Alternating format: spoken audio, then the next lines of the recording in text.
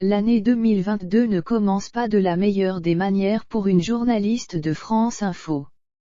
Cette dernière a annoncé avoir été cambriolée le 1er janvier, alors qu'elle s'était absentée pour reprendre le chemin du travail. Le 1er janvier n'est pas une date fériée pour tous. La journaliste Camille Grenu fait d'ailleurs partie de ceux qui ont travaillé lors de ce tout premier jour de la nouvelle année. C'est sur France Info qu'elle était attendue, pour présenter la matinale avec la bonne humeur qu'on lui connaît. Mais, au moment de rentrer chez elle, Camille Grenu a déchanté. Et pour cause, elle a eu la bien mauvaise surprise de constater que son domicile avait été cambriolé sur Twitter. La rouquine a raconté se faire cambrioler pendant la matinale le 1er jour de l'année, check. Camille Grenu n'a pas donné de détails quant à l'état dans lequel elle a retrouvé son appartement ni sur ce que les malfaiteurs ont volé. Elle a préféré en revanche souligner les points positifs, comme le fait que sa voisine plutôt âgée était là pour intervenir.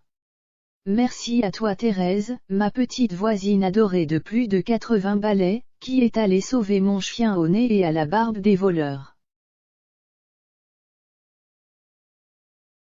A-t-elle écrit avant d'adresser un petit mot aux cambrioleurs, merci aux voleurs eux-mêmes d'avoir épargné la chambre de mon petit garçon. Enfin, Camille Grenu a tenu à remercier les internautes pour leur message de soutien. Je n'ai pas eu le temps d'y répondre individuellement mais ils m'ont donné de la force. A-t-elle assuré? Camille Grenu a décidé de garder le sourire et son optimisme malgré tout. Elle a même bon espoir que l'année 2022 se déroule mieux par la suite. En 2022, contre mauvaise fortune bon cœur.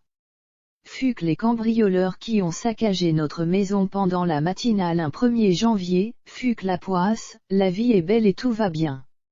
Bonne année, a-t-elle conclu sur le sujet. Camille Grenu présente la matinale de France Info depuis déjà 5 ans où elle retrouve notamment quotidiennement Samuel Etienne.